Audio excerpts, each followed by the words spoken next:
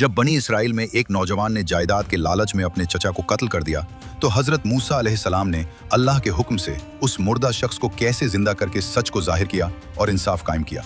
ये उस वक्त की बात है जब बनी इसराइल में एक बहुत अमीर आदमी था जिसका कोई बेटा न होने की वजह से उसकी सारी जायदाद का मालिक उसका भतीजा था। भतीजे ने दौलत के लालच में अपने चचा को कत्ल कर दिया और रात के अंधेरे में लाश एक दूसरे खानदान के दरवाजे पर फेंक दी।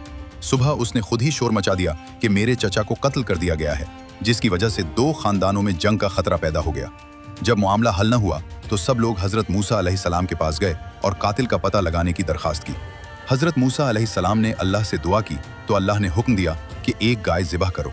बंदी इसराइल ने उसे मजाक समझा और फिर ऐसे सवालात शुरू कर दिए जिनका मकसद हुक्म को टालना और वक्त ज़ाया करना था। अल्लाह ताला ने उनके हर सवाल का जवाब इसलिए दिया ताकि उन पर हुज्जत तमाम हो जाए और उनके पास भागने का कोई रास्ता न रहे। पहला सवाल यह था कि गाय की उम्र क्या हो।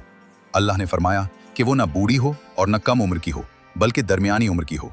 फिर उन्होंने रंग पूछा तो अल्लाह ने फरमाया कि उसका रंग गहरा चमकदार हो, जर्द हो, जो देखने वालों को खुश कर दे। उन्होंने फिर सवाल किया कि वो काम क्या करती हो। अल्लाह ने फरमाया कि वो ऐसी गाय हो जिसने न कभी हल चलाया हो न जमीन को पानी दिया हो और वो हर ऐब और दाग से पाक हो। ये तमाम सवाल जवाब हजरत मूसा अलैहिस्सलाम के जरिए किए गए, यानी कौम सवाल करती और हजरत मूसा अलैहिस्सलाम अल्लाह से पूछकर उन्हें जवाब देते। बनी इसराइल ने उन सख्त शराइत की वजह से पूरी बस्ती छान मारी।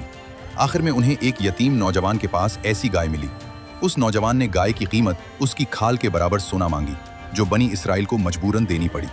गाय ज़िबह करने के बाद अल्लाह ने हुक्म दिया कि इसका एक टुकड़ा कत्ल होने वाले शख्स के जिस्म पर मारो।